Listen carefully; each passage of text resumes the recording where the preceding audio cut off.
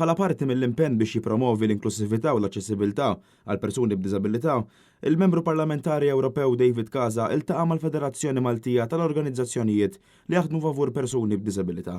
Laqa li kienet immexxija mill-President tal-Federazzjoni Martes Muljet. David Casa ta' rendi kont ta' dak li rriżulta minn negozjati li ġew konklużi fuq il-Karta tad-Diżabilità tal-Unjoni Ewropea u tal-Karta tal-Parkeġġ tal-Unjoni Ewropea.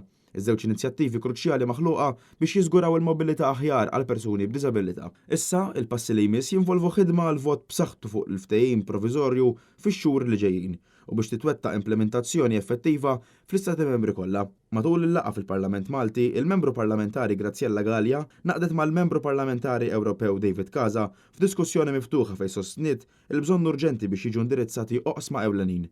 Mit-tisħiħ tal-aċċessibilità għal persuni b'diżabilità fuq il-post tax-xogħol sa tisħiħ biex jitjiebu il-proċessi għall-akkwisti ta' mediċini. David Casa esprima l-impenn tiegħu biex jittieħdu passi proattivi f'dawn l-oqsma u sostna li hemm bżonn li nżidu l-isforzi konġunti biex noħolqu soċjetà aktar inklusiva. Martes Muljet min-naħa tagħha faħret fil-progress li sar fuq drittijiet ta' persuni b'diżabilità fejn tidħol il-Karta tad-Diżabilità tal-Unjoni Ewropea u apprezzat l-isforzi tal-Membru Parlamentari Ewropew David Casa li jistabbilixxi Karta tad-Diżabilità Ewropea.